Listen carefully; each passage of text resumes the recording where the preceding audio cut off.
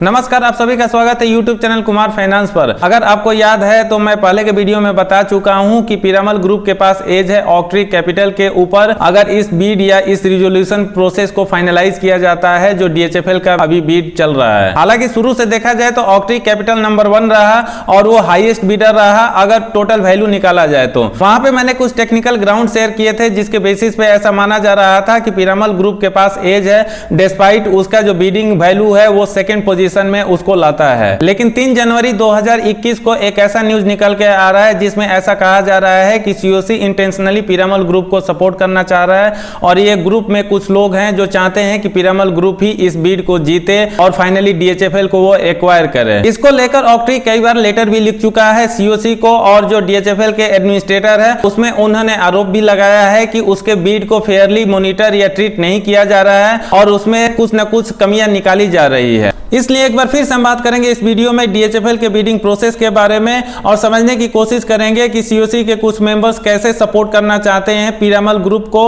और उसका negative impact क्या पड़ सकता है न सिर्फ हमारे फाइनेंशियल स्ट्रक्चर पे बल्कि इंडिया के इमेज पर भी। तो स्टार्ट करते हैं ये वीडियो।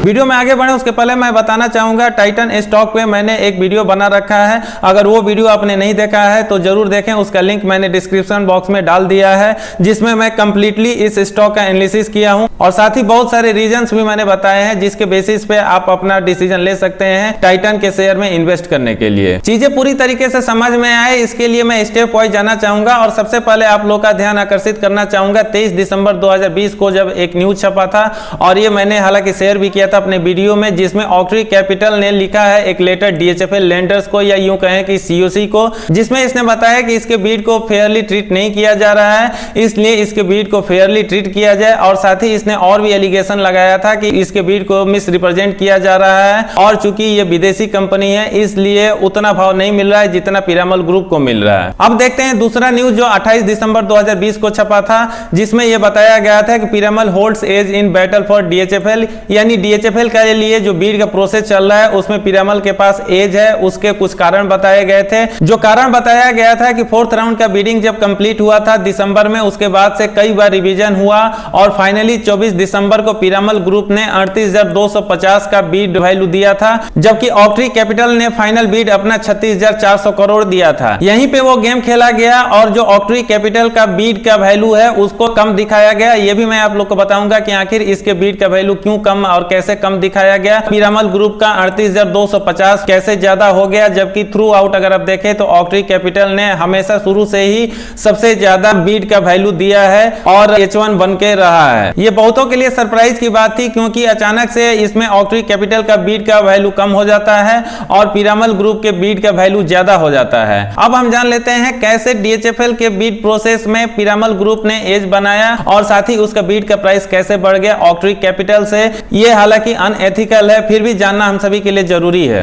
अब हम फाइनली उस न्यूज पे आते हैं जो 3 जनवरी 2021 को छपा है। इसमें काफी कुछ क्लियर हो जाएगा और आपको चीजें समझने में काफी आसानी होगी कि आखिर पिरामल ग्रुप कैसे H1 बन गया और ऑक्ट्री कैपिटल कैसे H2 बन गया। आप स्क्रीन पे पढ़ सकते हैं banking sources reveal that some of the members of the committee of creditors with large exposure to DHFL are seeking to oust Oaktree from the bidding race for the DHFL assets. यानी जो committee of creditors है उसमें कुछ members ऐसा चाहते हैं कि DHFL का जो बीडिंग प्रोसेस चल रहा है उसमें से ऑक्ट्री कैपिटल को कैसे भी बाहर कर दिया जाए। उसके बाद सिंपल सा एक ही ऑप्शन बचता है पिरामल ग्रुप और उसको सपोर्ट करके जिता दिया जाए। इसमें जो खेल खेला जा रहा है इवैल्यूएशन मैट्रिक्स में खेला जा रहा है और बीडिंग प्राइस में खेला जा रहा है। इस न्यूज पे आगे बढ़े उसके पहले मैं आप लोगों के साथ शेयर करना चाहूंगा कि कमिटी ऑफ क्रेडिटर्स में कौन कौन मेंबर्स हैं और साथ ही इवैल्यूएशन मैट्रिक्स क्या है और किस चीज का कितना वेटेज परसेंटेज है। आप स्क्रीन पे देख सकते हैं ये फाइनेंशियल क्रेडिटर्स का लिस्ट जो मेंबर हैं कमिटी ऑफ क्रेडिटर्स में और जो सबसे बड़ा एक्सपोजर की बात किया जा रहा था कि उसमें बड़े एक्सपोजर वाले ही कुछ ऐसा गेम कर रहे हैं और ऑक्ट्री कैपिटल का बीडिंग का वैल्यू कम कर रहे हैं और इनडायरेक्टली डायरेक्टली ये चाहते हैं कि पिरामल ग्रुप इस बीड को जीते। सबसे बड़े एक्सपोजर वाले मेंबर्स की अगर हम बात करें तो इसमें स्टेट बैंक ऑफ इंडिया है जिन्होंने 10,000 करोड़ का लोन दे रखा है DHFL को। बैंक ऑफ इंडिया है 4125 करोड़ का लोन दे रखा है है। केनरा बैंक ने 2681 करोड़ का लोन दे रखा है। बाकी आप स्क्रीन पे पढ़ सकते हैं, पूरा पढ़ने से टाइम ज्यादा वेस्ट होगा। बड़े एक्सपोजर वाले कुछ नाम अगर हम देखें तो state bank of India, Canara bank, NSB, union bank of India वगैरह है। हालांकि ये भी बताया जा रहा है कि कमिटी ऑफ क्रेडिटर्स के कुछ मेंबर्स इससे डिसअपॉइंटेड है और साथ ही सरप्राइज भी है, क्योंकि उनका ऐसा मानना है कि ये तरीका सही नहीं है और ये फेयर इवैल्यूएशन नहीं किया जा रहा है। अब हम देख लेते हैं इवैल्यूएशन मैट्रिक्स का सिस्टम और प्रोसीजर क्या है और किस चीज को कितना वेटेज मिल रहा है। हालांकि ये पहले के वीडियो में मैं शेयर कर चुका हूं, लेकिन चीजें एक दूसरे से कनेक्ट हो और ये इस न्यूज में आने वाला है, इसलिए मैं आप लोगों के साथ एक बार फिर से इसको शेयर कर रहा हूं। इसमें अपफ्रंट कैश पेमेंट का 30% का वेटेज है, एनपीवी का 40%, इक्विटी अलॉटमेंट का 5%, कैपिटल इन्फ्यूजन का 10%, ट्रैक रिकॉर्ड का 10% और की मैनेजरियल पीपल का 5% का वेटेज मिला हुआ है। इसमें आगे बढ़ते हुए अब हम जानते हैं कि कैसे ये खेल खेला जा रहा है ताकि ऑक्ट्री कैपिटल को इस बीड प्रोसेस से बाहर किया जा सके या उसको हराया जा सके। आप स्क्रीन पे देख सकते हैं जो इस न्यूज में बताया जा रहा है कि जो बीड इवैल्यूएशन क्राइटेरिया है उसको गलत तरीके से अल्टर किया जा रहा है ताकि ऑक्ट्री कैपिटल को उसमें पास होने से रोका जाए। ऑक्ट्री कैपिटल ने फाइनल बीड सबमिट किया था 23 दिसंबर या 24 दिसंबर को, उसमें से 2700 करोड़ रुपया डिडक्ट कर दिया जाता है ताकि पिरामल ग्रुप को हाईएस्ट बीडर माना जा सके। इस अल्टरेशन के बाद दोनों के बीड को सीओसी मेंबर्स के सामने रखा गया है वोटिंग पर्पस के लिए और इसी को सर्कुलेट भी किया गया है, जिसमें से 2700 करोड़ रुपया डिडक्ट कर दिया गया ऑक्ट्री कैपिटल से, जबकि पूरा का पूरा बीड का अमाउंट पकड़ा गया है पिरामल ग्रुप का। जो 2700 करोड़ रुपया ऑक्ट्री कैपिटल के बीड से माइनस किया गया या जिसको कंसीडर अभी नहीं किया जा रहा है, उसमें 1700 करोड़ रुपया इंटरेस्ट इनकम के लिए इन्होंने बीड में डाला था। वहीं पे 1000 करोड़ रुपया इन्होंने इंश्योरेंस बिजनेस के लिए जो बीड में डाला था। इस दो एस्पेक्ट को यहाँ पे कंसीडर नहीं किया जा रहा है और ये 2700 करोड़ रुपया ऑक्ट्री कैपिटल के बीड अमाउंट से सप्रेस्ड कर दिया जा रहा है, यानी वहां से डिडक्ट कर दिया जा रहा है, कम कर दिया जा रहा है। जबकि सेम एस्पेक्ट के लिए पिरामल ग्रुप को मौका दिया गया कि वो 1700 करोड़ रुपया बढ़ा सके, जिसमें 700 करोड़ रुपया इंश्योरेंस बिजनेस के लिए और 1000 करोड़ रुपया इंटरेस्ट इनकम के लिए है। आप यहाँ पे समझ सकते हैं कि ऑक्ट्री कैपिटल के बीड को कैसे अनफेयरली ट्रीट किया जा रहा है और जो उसने लेटर में अपना इल्जाम लगाया है वो काफी हद तक सच भी है। इस न्यूज में यह भी बताया जा रहा है कि ये दोनों पैरामीटर गलत तरीके से रिमूव कर दिया गया इवैल्यूएशन मैट्रिक्स में ताकि पिरामल ग्रुप को अनफेयर तरीके से एक एज दिया जा सके और उसको विनर बनाया जा सके।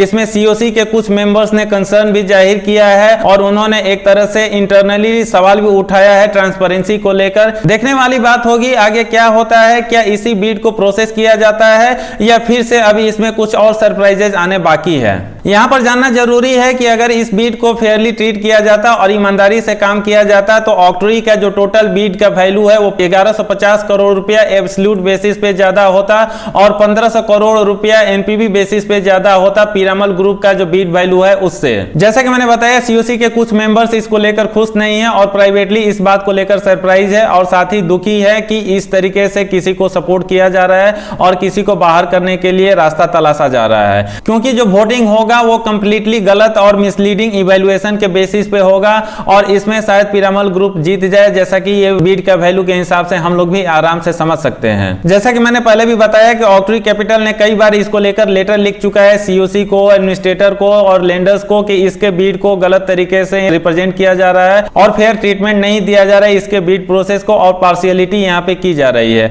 हम लोग भी आसानी से समझ सकते हैं कि ऑक्ट्री कैपिटल के बातों में काफी हद तक दम है। यहाँ पर समझना काफी आसान हो जाता है कि अगर इंडिया में ऐसे ही एक्ट होते रहे तो एफडीआई का जो विश्वास है वो डिस्ट्रस्ट में बदल जाएगा और इससे हम लोग को ही नुकसान होगा, क्योंकि कोई भी एफडीआई फिर फर्दर यहाँ पे आना नहीं चाहेगा। हम लोग की ज्यादा जरूरत है एफडीआई की, ना कि एफडीआई को ज्यादा जरूरत है हमारी, क्योंकि एफडीआई अगर इंडिया में आएंगे अपना बिजनेस लगाएंगे तो उससे हम लोग को रोजगार मिलेगा और साथ ही बहुत लोगों को उससे डायरेक्टली इनडायरेक्टली फायदा पहुंचेगा अपना जीवन यापन करने में। न सिर्फ ये हमारे देश के लिए नुकसानदायक है बल्कि इंडिया के इमेज पे भी एक बट्टा लगेगा ऐसे अगर एक्टिविटी हम लोग आगे भी करते रहे तो। इसको यहाँ पे कंक्लूड किया जाए तो मैं कहना चाहूंगा बीइंग ए इंडियन हमेशा हम चाहेंगे कि एक इंडियन कंपनी को एक इंडियन कंपनी ही खरीदे, उस हिसाब से पिरामल ग्रुप को खरीदना चाहिए। लेकिन मैं यहाँ पे जरूर कहूंगा कि वो तरीका अनफेयर नहीं होना चाहिए और किसी भी बीडर को गलत तरीके से ट्रीट नहीं करना चाहिए। अगर ये न्यूज सही है तो बिल्कुल भी ये गलत तरीका है जो मैं मानता हूँ।